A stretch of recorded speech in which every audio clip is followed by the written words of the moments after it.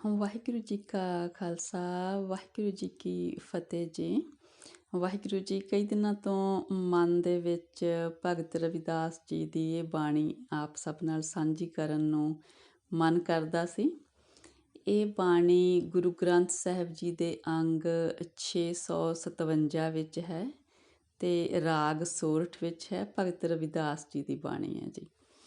ਆਪਾਂ ਸ਼ਬਦ ਨਾਲ ਦੀ ਨਾਲ ਹੀ ਮਤਲਬ ਬਾਣੀ ਦਾ ਸ਼ਬਦ ਸਰਵਣ ਕਰਦੇ ਹਾਂ ਅਤੇ ਨਾਲ ਹੀ ਨਾਲ ਆਪਾਂ ਥੋੜ੍ਹਾ ਜਿੱਦਾਂ ਉਹਨੂੰ ਵਿਸਥਾਰ ਵਿੱਚ ਜਾਂਦੇ ਹਾਂ ਕਿ ਕਿਸ ਤਰ੍ਹਾਂ ਭਗਤ ਜੀ ਨੇ ਆਨੰਦ ਦੇ ਵਿੱਚ ਇਹ ਬਾਣੀ ਜਿੱਦਾਂ ਉਚਾਰੀ ਹੈ ਅਤੇ ਇਹਦੇ ਵਿੱਚ ਕਿੰਨੀ ਸੱਚਾਈ ਹੈਗੀ ਆ।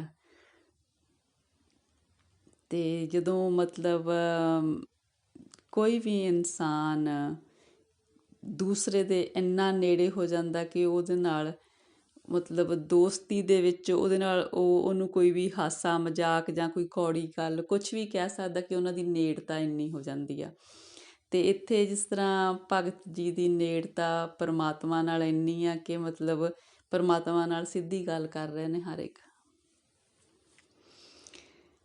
ਰਾਗ ਸੋਰਠ ਬਾਣੀ ਭਗਤ ਰਵਿਦਾਸ ਜੀ ਕੀ। ਏਕੀ ਓंकार सतगुर प्रसाद।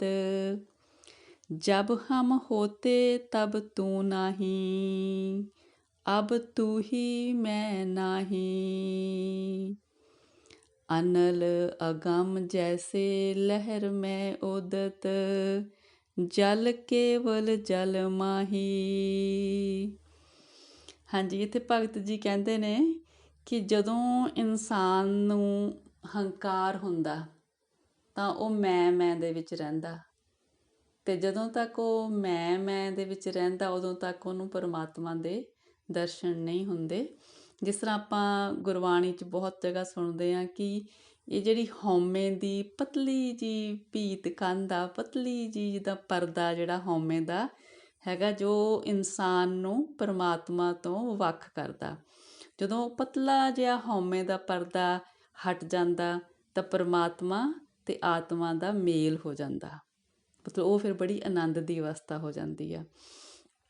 ਅਤੇ ਜਿਸ ਤਰ੍ਹਾਂ ਕਹਿੰਦੇ ਨੇ ਕਿ ਇੱਥੇ ਭਗਤ ਜੀ ਕਹਿ ਰਹੇ ਨੇ ਕਿ ਜਿਵੇਂ ਸਮੁੰਦਰ ਦੇ ਵਿੱਚ ਜਦੋਂ ਤੂਫਾਨ ਆਉਂਦਾ ਬਹੁਤ ਲਹਿਰਾਂ ਉੱਠਦੀਆਂ ਨੇ, ਮਤਲਬ ਸਾਰਾ ਸਮੁੰਦਰ ਲਹਿਰਾਂ ਦੇ ਨਾਲ ਭਰ ਜਾਂਦਾ ਅਤੇ ਦੇਖਣ ਵਾਲਾ ਇਹ ਹੋ ਜਾਂਦਾ ਕਿ ਵੀ ਮਤਲਬ ਵੀ ਲਹਿਰਾਂ ਹੀ ਲਹਿਰਾਂ ਹੋ ਗਈਆਂ, ਪਰ ਹੈ ਤਾਂ ਉਹ ਸਮੁੰਦਰ ਦਾ ਹੀ ਹਿੱਸਾ ਨਾ। ਅਤੇ ਜਦੋਂ ਉਸ ਤੂਫਾਨ ਥੰਮਦਾ ਤਾਂ ਫਿਰ ਉਹ ਜਿਹੜੀਆਂ ਲਹਿਰਾਂ ਹੁੰਦੀਆਂ ਨੇ ਫਿਰ ਸਮੁੰਦਰ ਬਣ ਜਾਂਦਾ।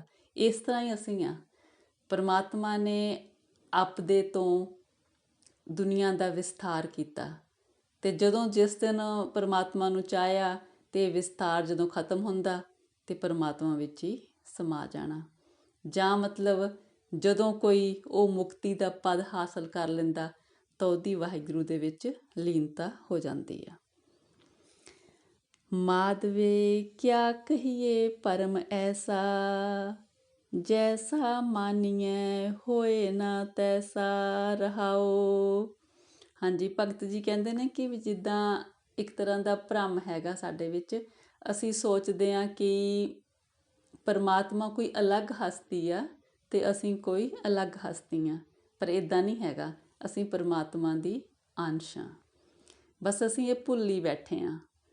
ਜਦੋਂ ਸਾਡੇ ਮਨ ਨੂੰ ਇਸ ਗੱਲ ਦੀ ਸਮਝ ਲੱਗ ਜਾਂਦੀ ਹੈ ਕਿ ਅਸੀਂ ਪਰਮਾਤਮਾ ਦੀ ਅੰਸ਼ ਹਾਂ, ਫਿਰ ਸਾਡਾ ਸਾਰਾ ਡਰ, ਵਹਿਮ, ਭਰਮ ਸਭ ਕੁਝ ਹਟ ਜਾਂਦਾ, ਕਿਉਂਕਿ ਸਾਨੂੰ ਇਹ ਹੋ ਜਾਂਦਾ ਕਿ ਜੋ ਪਰਮਾਤਮਾ ਦੇ ਵਿੱਚ ਜਿਹੜੇ ਸਾਰੇ ਗੁਣ ਨੇ ਆਪਾਂ ਮੂਲ ਮੰਤਰ 'ਚ ਪੜ੍ਹਦੇ ਹਾਂ ਉਹ ਸਾਡੇ 'ਚ ਵੀ ਆ ਸਕਦੇ ਨੇ, ਪਰ ਸਾਨੂੰ ਉਹ ਦਿਖਾਈ ਨਹੀਂ ਦਿੰਦੇ ਕਿਉਂਕਿ ਅਸੀਂ ਆਪਣੇ ਆਪ ਨੂੰ ਪਰਮਾਤਮਾ ਤੋਂ ਅਲੱਗ ਸਮਝੀ ਬੈਠੇ ਹਾਂ।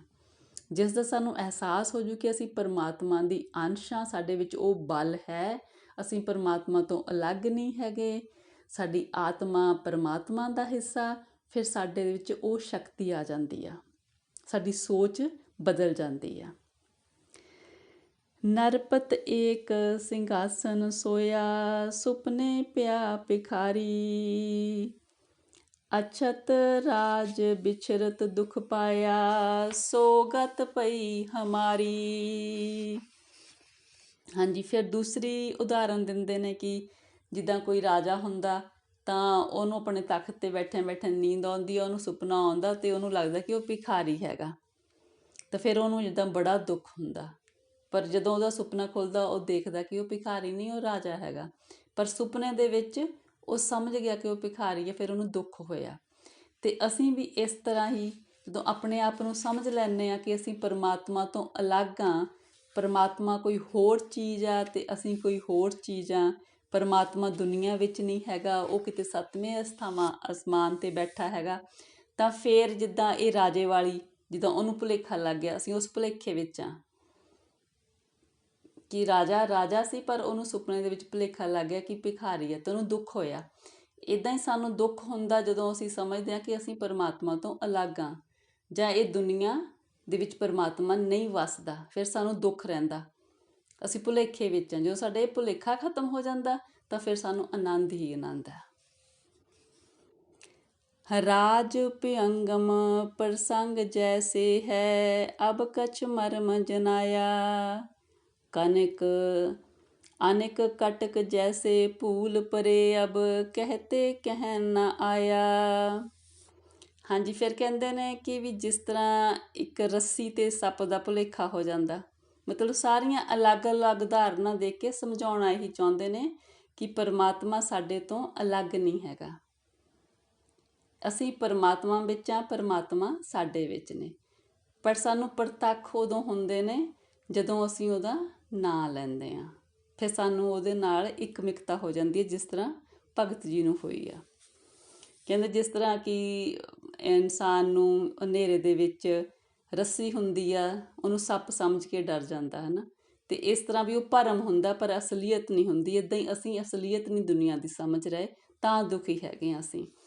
ਇੱਦਾਂ ਹੀ ਫਿਰ ਦੱਸਦੇ ਨੇ ਕਿ ਜਿਸ ਤਰ੍ਹਾਂ ਗਹਿਣੇ ਹੁੰਦੇ ਨੇ ਸੋਨੇ ਦੇ ਬਣੇ ਹੋਏ, ਕਈ ਤਰ੍ਹਾਂ ਦੇ ਗਹਿਣੇ ਬਣੇ ਹੁੰਦੇ ਨੇ, ਉਹਨੂੰ ਸਮਝ ਲੈਂਦੇ ਨੇ ਕਿ ਵੀ ਇਹ ਕੀ ਹੋਰ ਚੀਜ਼ ਆ, ਪਰ ਜਦੋਂ ਉਹਨਾਂ ਗਹਿਣਿਆਂ ਨੂੰ ਗਰਮ ਕਰਕੇ ਢਾਲ ਲਈਦਾ ਫਿਰ ਉਹੀ ਸੋਨਾ ਬਣ ਜਾਂਦਾ। ਇੱਦਾਂ ਹੀ ਅਸੀਂ ਸਾਰੇ ਪਰਮਾਤਮਾ ਦੇ ਵਿੱਚੋਂ ਹੀ ਆਏ ਹਾਂ, ਅਤੇ ਪਰ ਅਲੱਗ-ਅਲੱਗ ਕਿਸਮਾਂ ਦੇ ਪਰਮਾਤਮਾ ਨੇ ਸਾਨੂੰ ਬਣਾਇਆ ਹੈਗਾ। ਪਰ ਜਦੋਂ ਸਾਰਿਆਂ ਦੀ ਮੁਕਤੀ ਹੁੰਦੀ ਆ ਜਾਂ ਪਰਮਾਤਮਾ ਆਪ ਦੁਨੀਆ ਨੂੰ ਅੰਤ ਕਰਦੇ ਨੇ, ਫਿਰ ਸਾਰੇ ਹੀ ਪਰਮਾਤਮਾ ਦੇ ਵਿੱਚ ਸਮਾ ਜਾਂਦੇ ਨੇ।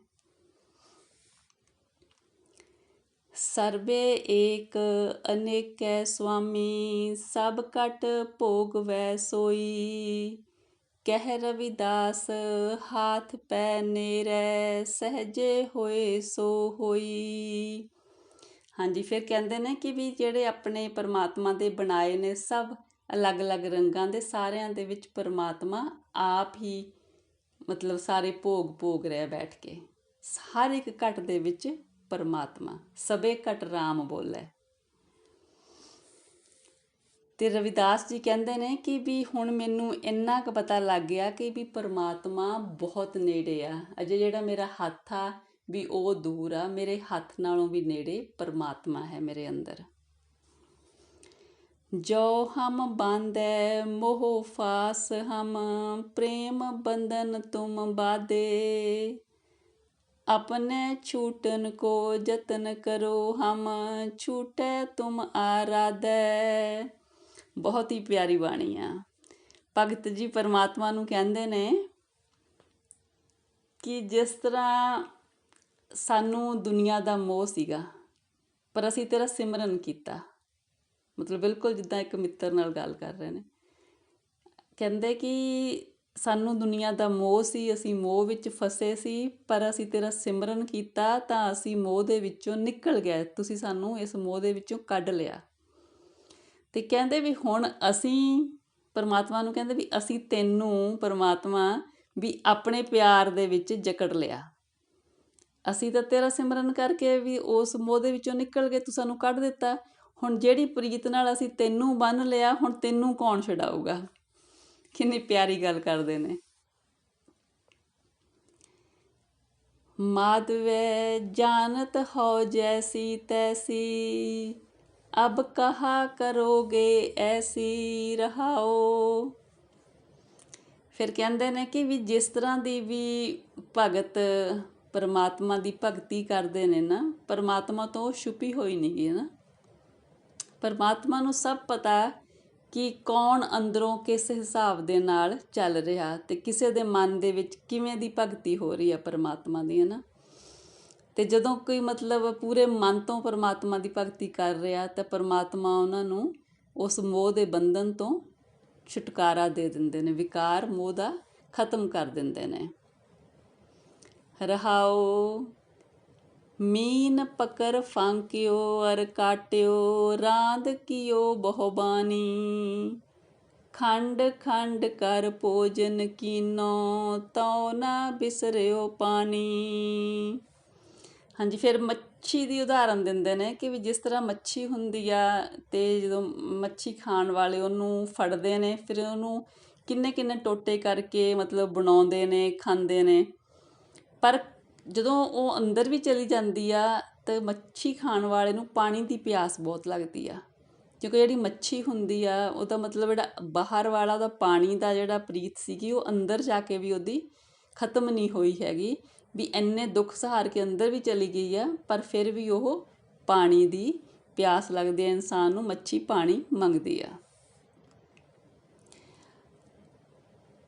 आपन बापै नाही किसी को पावन को हर राजा मोह पटल सब जगत व्याप्यो भगत नहीं संतापा। ਹਾਂਜੀ, ਫਿਰ ਭਗਤ ਜੀ ਕਹਿੰਦੇ ਨੇ ਕਿ ਵੀ ਜੋ ਪਰਮਾਤਮਾ ਉਹ ਕਿਸੇ ਇੱਕ ਦਾ ਮਤਲਬ ਨਹੀਂ ਹੈਗਾ। ਪਰਮਾਤਮਾ ਤਾਂ ਹੈਗਾ ਵੀ ਜਿਹਨੂੰ ਪਰਮਾਤਮਾ ਨਾਲ ਪਿਆਰ ਆ, ਪਰਮਾਤਮਾ ਉਹਦਾ ਹੀ ਆ, ਵੀ ਕਿਸੇ ਇੱਕ ਇਨਸਾਨ ਦੀ ਨਿੱਜੀ ਜਾਇਦਾਦ ਪਰਮਾਤਮਾ ਨਹੀਂ। ਜੋ ਪਰਮਾਤਮਾ ਨੂੰ ਪਿਆਰ ਕਰਦਾ ਪਰਮਾਤਮਾ ਉਹਦਾ ਹੀ ਬਣ ਜਾਂਦਾ। ਕਹਿੰਦੇ ਵੀ ਜਿਹੜੇ ਦੁਨੀਆ ਦੇ ਬਾਕੀ ਲੋਕ ਨੇ ਉਹ ਜਿਹੜੇ ਹੈਗਾ ਮਾਇਆ ਦੇ ਜਾਲ ਵਿੱਚ ਫਸੇ ਹੋਏ ਨੇ, ਪਰ ਜਦੋਂ ਪਰਮਾਤਮਾ ਦਾ ਜੋ ਕੋਈ ਭਗਤ ਬਣ ਜਾਂਦਾ ਨਾ, ਫਿਰ ਉਹ ਇਸ ਸੰਤਾਪ ਨੂੰ ਨਹੀਂ ਭੋਗਦਾ। ਕਹਿ ਰਵਿਦਾਸ ਭਗਤ ਇੱਕ ਬਾਡੀ ਅਬ ਇਹ ਕਾਸਿਓ ਕਹੀਐ ਜਾ ਕਾਰਨ ਹਮ ਤੁਮ ਆਰਾਧੈ ਸੋ ਦੁਖ ਅਜਹੂ ਸਹੀਐ। ਹਾਂਜੀ, ਭਗਤ ਜੀ ਕਹਿੰਦੇ ਨੇ ਕਿ ਜਿਹੜਾ ਭਗਤ ਹੁੰਦਾ ਨਾ ਪਰਮਾਤਮਾ ਦਾ, ਉਹਨੂੰ ਫਿਰ ਇਹ ਕਿਸੇ ਨੂੰ ਕਹਿਣ ਦੀ ਲੋੜ ਨਹੀਂ ਪੈਂਦੀ ਕਿ ਮੈਨੂੰ ਮੋਹ ਮਾਇਆ ਦਾ ਜਾਲ ਨੇ ਫਸਾਇਆ ਹੋਇਆ ਦੁਨੀਆ ਦੇ ਵਿੱਚ, ਕਿਉਂਕਿ ਉਹ ਪਰਮਾਤਮਾ ਦੀ ਭਗਤੀ ਕਰਦਾ ਇੰਨੀ ਤਾਂ ਪਰਮਾਤਮਾ ਉਸ ਨੂੰ ਇਸ ਜਾਲ ਦੇ ਵਿੱਚੋਂ ਕੱਢ ਦਿੰਦਾ। ਤਾਂ ਉਹਨੂੰ ਮਤਲਬ ਇੱਦਾਂ ਦਾ ਕੋਈ ਨਿਹੋਰਾ ਨਹੀਂ ਰਹਿੰਦਾ ਕਿਸੇ ਦੁਨੀਆ ਦੇ ਵਿੱਚ ਕਹਿਣ ਦਾ ਕਿ ਹਾਂ ਵੀ ਹੁਣ ਮੈਂ ਮੋਹ